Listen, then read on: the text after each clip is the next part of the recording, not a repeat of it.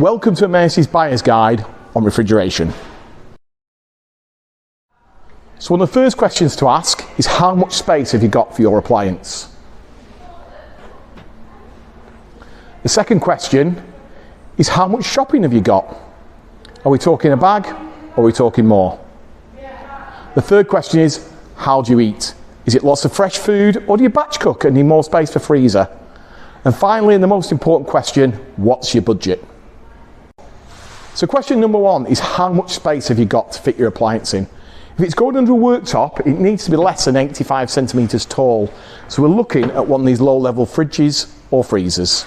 Obviously, if space isn't a problem, it doesn't matter how tall we get. We just need to make sure there's at least 5 centimetres gap all around the appliance for cool air to circulate. The second most important thing is, how much space do you need inside it for your shopping?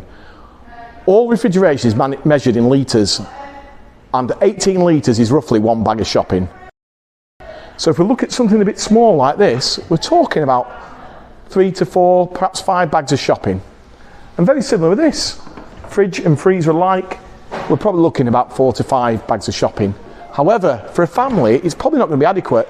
So we need to look at a much bigger appliance, which is probably 200 to 300 litres, which will hold far more shopping. The third most important question is, how do you shop? Do you buy a lot of fresh food but not a lot of frozen? In which case, a fridge is probably going to be adequate. However, if you do a lot of batch cooking, then it may be that a fridge freezer is no good, and what we're looking at is a chest freezer, so you can store all that frozen food. And finally, the most important question, how much money have you got to spend?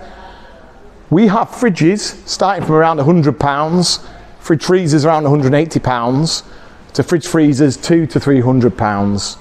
So the more you pay, usually the larger you get, and the more accessories you get.